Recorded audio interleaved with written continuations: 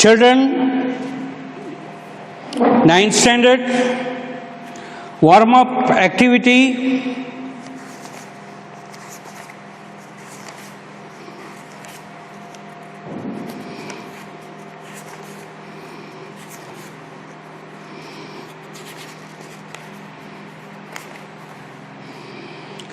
This is the poem written by Oliver Goldsmith.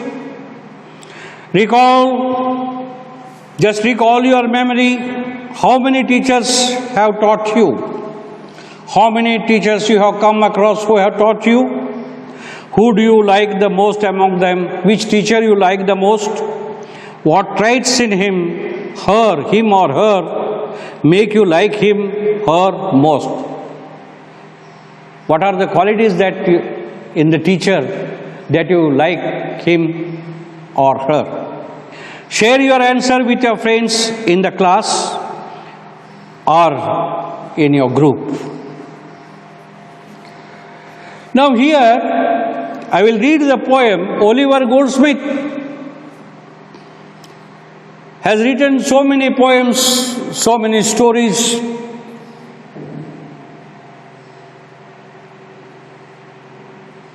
And one is here the village schoolmaster, which has been translated into Marathi.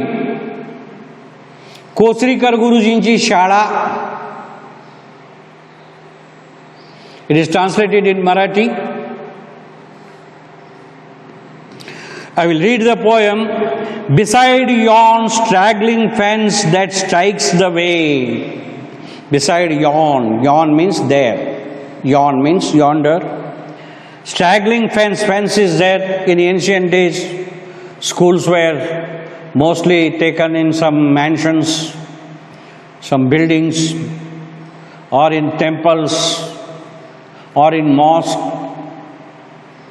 because government infrastructures were not there. So beside yon straggling fence that skirts the way, with blossomed furze, means grass, furze means grass, unprofitably gay, no profit at all,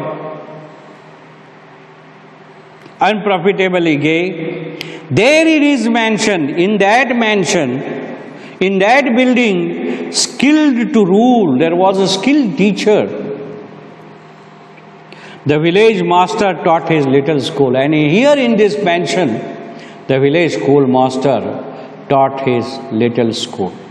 In olden days, single school teacher, 1st to 4th, 1st to 7th, only one teacher used to look out in all these classes. In olden days, in ancient days. A man severe he was. Which man? The teacher. He was very severe and stern to view. Very strict he was. I knew him well. The poet says, he knows him well, he knows the teacher, and every truant knew. Truant means one who stays away, one who bunks the school. Even the bunkers knew how the teacher was, how the master was. Well had the boarding tremblers learned to trace. Boarding tremblers means predicting of the future. A day's disaster in his morning face. When the master used to come in the very morning, the bunkers, all the students of his little school, village school, or the villagers, what is going to happen on that day, what will happen on that day, was totally predicted by the lookers, looking to his face. Full well they laughed with counterfeited glee. The village schoolmasters used to give so many jokes. Though the jokes were not liked by the students, still the students laughed, pretending that they have taken joy of the jokes. They pretended, never took any joy, but just they wanted to show that they liked the joke. At all his jokes, for many a joke he had, many a jokes he had. Whatever the jokes he used to tell, they used to give a counterfeited glee, pretending, laugh. Full well the busy whispers circling round, the busy whispers, they circled round, conveyed the dismal tidings when he frowned, when he used to frown like this, when there was wrinkles on his forehead.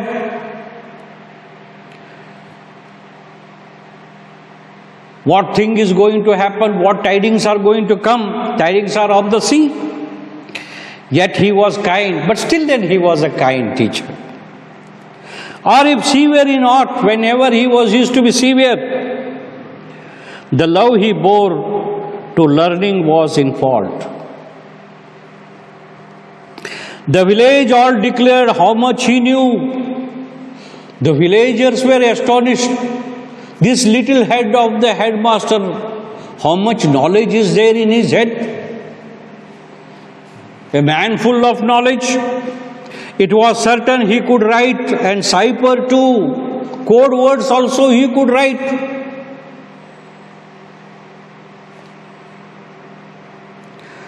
Code secret messages he used to write. Yeah, in olden days, when people used to receive letters, they used to run to teachers, masters, and they used to tell him, "Sir, we have received a letter.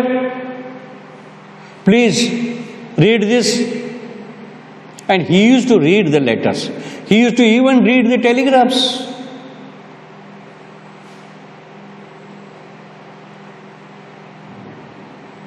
Let it be a sad news or a glad news.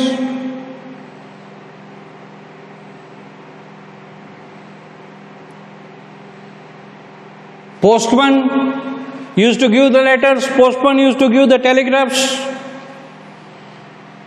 And there was only one person who could read, and that was the teacher, village schoolmaster.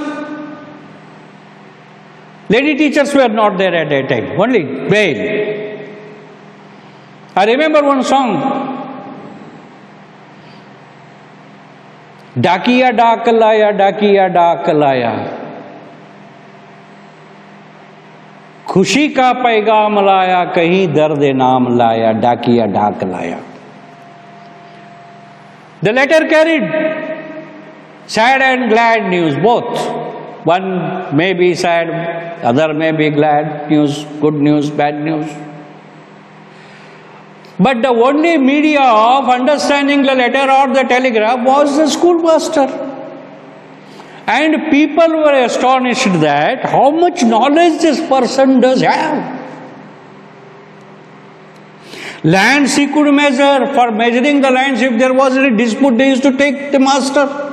They used to tell him, my boundary is up till here, his boundary is there. He could measure and he could correct the measurements. Terms and tides presage. He could tell about the future. And even the story ran that he could gauge, he could measure, gauge means, in arguing with others, the person owned his skill, he had his own skill, he used to fight, he used to defend on his own skill. For even though vanquished, he could argue still. Even when the master was defeated, he used to argue further. But he never thought that he was vanquished, he was defeated. While words of learned length and thundered sound, he had a thundering sound. His words had weight. Amazed the gazing rustics ranged around. Rustics means villagers. Villagers were astonished.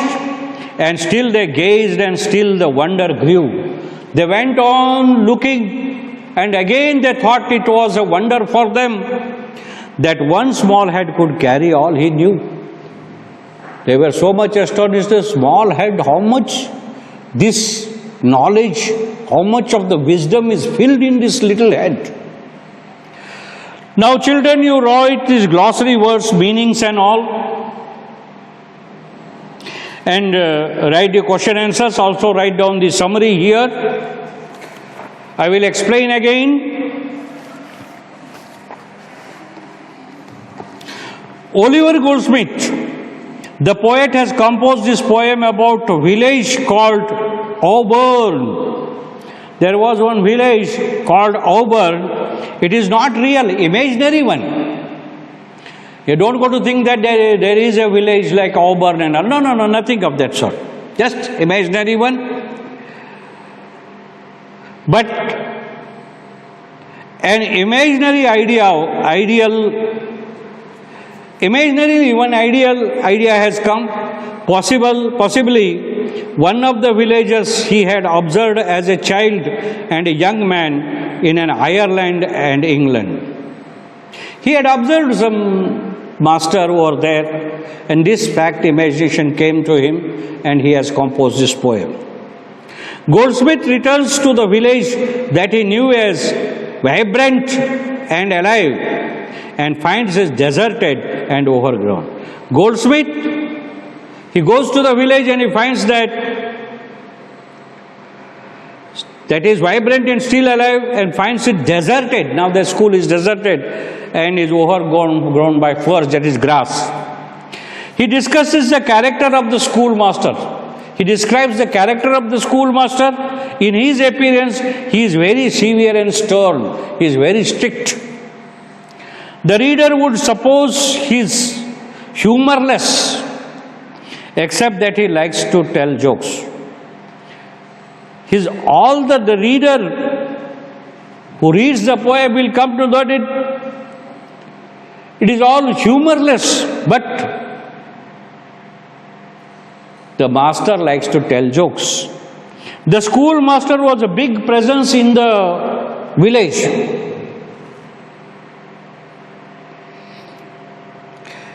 In an age when literacy and numeracy were powerful, the people of the village looked up to him. When literacy became powerful, when numeracy became powerful, that is arithmetic and all,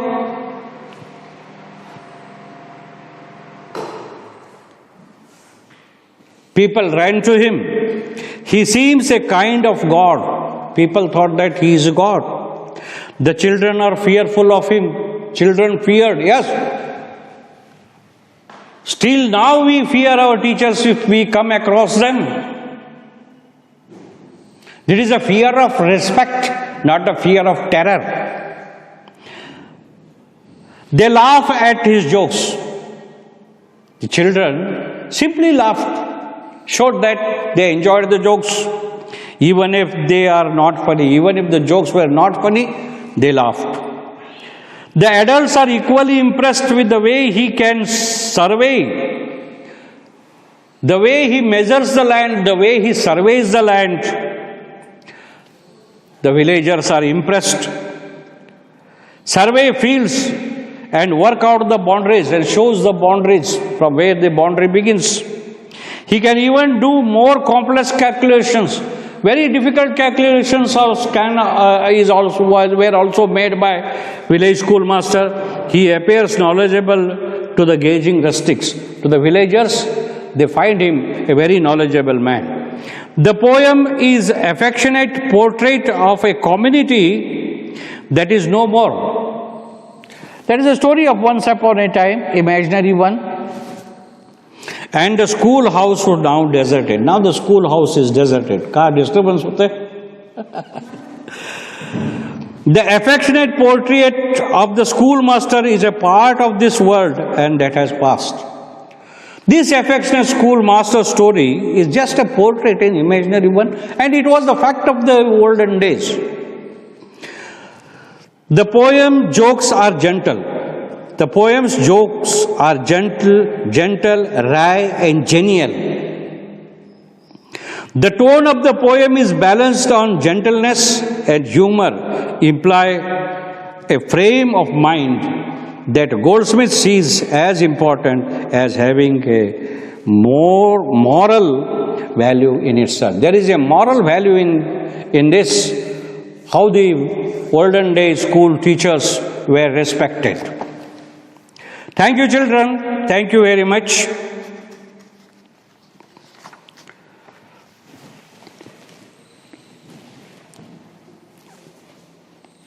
ಇನ್ನೊಂದು lesson ಅಂದ್ರೆ ನಾಳೆಗೊಂದು